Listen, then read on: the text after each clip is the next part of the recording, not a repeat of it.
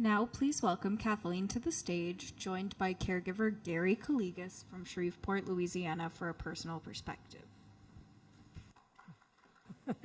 And Gary, welcome. Thank you for making the trip all the way up from Louisiana to share your story. Thank you. I'm glad to be here, Yes. Kathleen.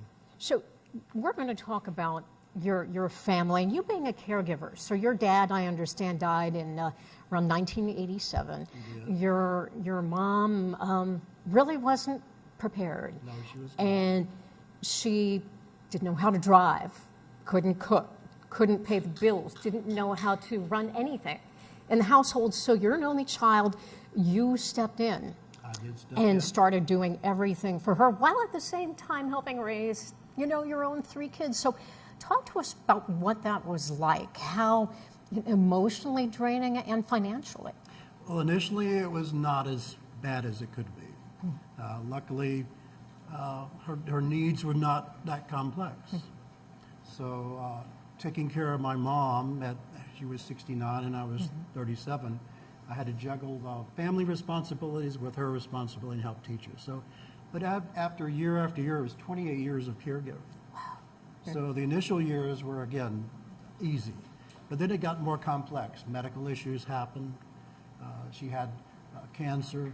She had debilitating falls. She had other healthcare issues that required me to intervene.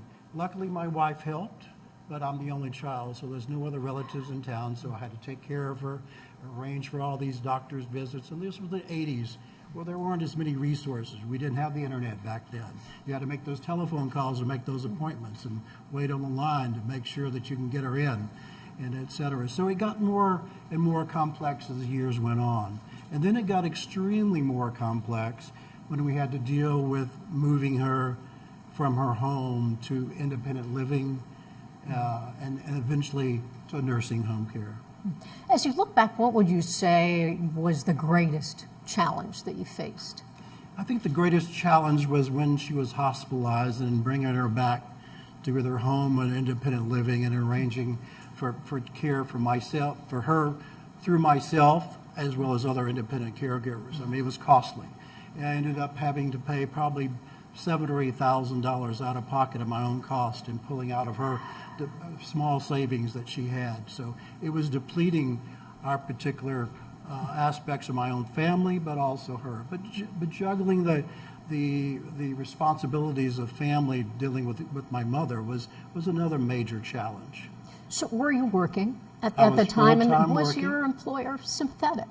My employer was quite sympathetic and understanding, but back in the 80s and 90s and even early 2000s, my employers understood caregiving, but I don't think they understood it to the nth degree to help the caregiver, to help the individual. I mean, I would advocate hopefully now, and I think some of your prior speakers and congressmen and other people are saying the workplace needs to be more understanding of caregiving, of their employers doing the caregiving responsibilities for their mother, father, their loved ones. So they need to have flexible hours, telework, other aspects I think to be more implemented. It would help the caregivers and release their strain and stress in dealing with caregiving duties as well as family duties and their employment duties as well. So did you work full-time over these Full-time. 28 years? So not part-time? You didn't Not scale back part-time. at all? Wow. I had to scale down with the employer occasionally, and that was setting back, reducing our work hours. So that was a factor involved, and my employers accepted it, but they probably didn't like me doing that a lot. So that type.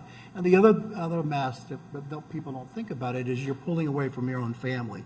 I had 3 kids and my wife, so I had to pull some of my responsibilities in dealings with my own family and caring for my mother. But I did it with devotion. I did it with love. And I'm sure all caregivers do that, all the 63 million of them out there these days. And it's increasing. I mean, I heard reports say 1 in 5, 1 in 4 individuals are caring for someone, but I feel that there's more. So you talked about what you thought maybe employers could do more for people who are caregivers.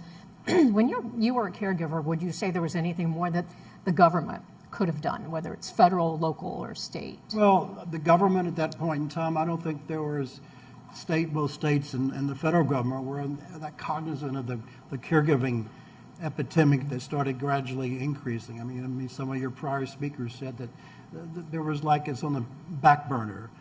They felt So no talk of tax credits for you? No. So hopefully, I hear now that there are proposals for credit for caregiving that's going to give back if that's been enacted, and the lowering caregiver costs, the two bipartisan proposals that I'm aware of, that will definitely help caregivers in bringing back money to their pocketbook, but also providing them with a little bit of benefit to keep their caregiving less stressful. And I do hope they're enacted by Congress. I know they have a lot of bills to consider, but I think the caregivers, the 63 million caregivers out there, would appreciate them enacting these and implementing these as soon as possible. What is your greatest takeaway from that experience of caregiving that I know so many watching and so many here in the room share with you? What I advise caregivers now is to prepare early. If you have a spouse, a loved one that you anticipating maybe taking care of, plan early. Don't wait, because the longer you wait, it's going to be in a crisis mode. In the crisis modes, we generally don't do as well. It's more stressful, so I advise people. Back in my days when caregiving, there were very little resources available, written, otherwise. Of course, there was no internet back in the 80s and 90s, and I think it came out in the 2000s. But now we have the access to resources. There are agencies, even the federal government, have some. And one of your speakers says there are a lot of red tape to get access to those particular programs and services. So hopefully that'll be streamlined and more understandable. One thing that I found recently that I think all caregivers should consider is my friends at AARP have a wonderful Prepare to Care guide. It's the most unique guide to help in caregiving. It's available by contacting them. It's a wonderful guide. It's a great resource, and I recommend to all of my people in my area, in the Shreveport and Bossier and surrounding area in Louisiana, to utilize this particular document. It's going to save them from reinventing the wheel. I understand you are actually an AARP volunteer, so what do you tell folks who you advise when they come to you? Well, when I tell them to power is, I also tell them to access the resources, not of just the AARP, but there are other agencies within their own neck of the woods to gain that insight on caregiving. But it's going to be stressful thinking what to do and how to plan, but you have particular documents and support groups. There are many throughout our wonderful country. There are many support groups for caregivers now. There used to not be, but now the caregivers are sharing their stories and sharing their aspects on caregiving that's going to benefit them in the future. But again, I love it that now caregiving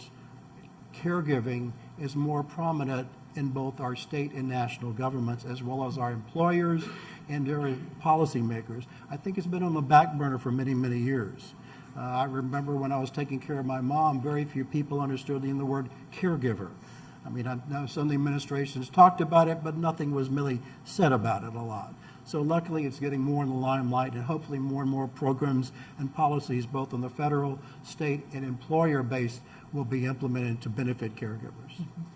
Well, Gary Calligas, thank you again for making the long trip all the way from Shreveport, Louisiana, and sharing your story and representing the population of caregivers. We appreciate you. Thank you, Kathleen. Thank you.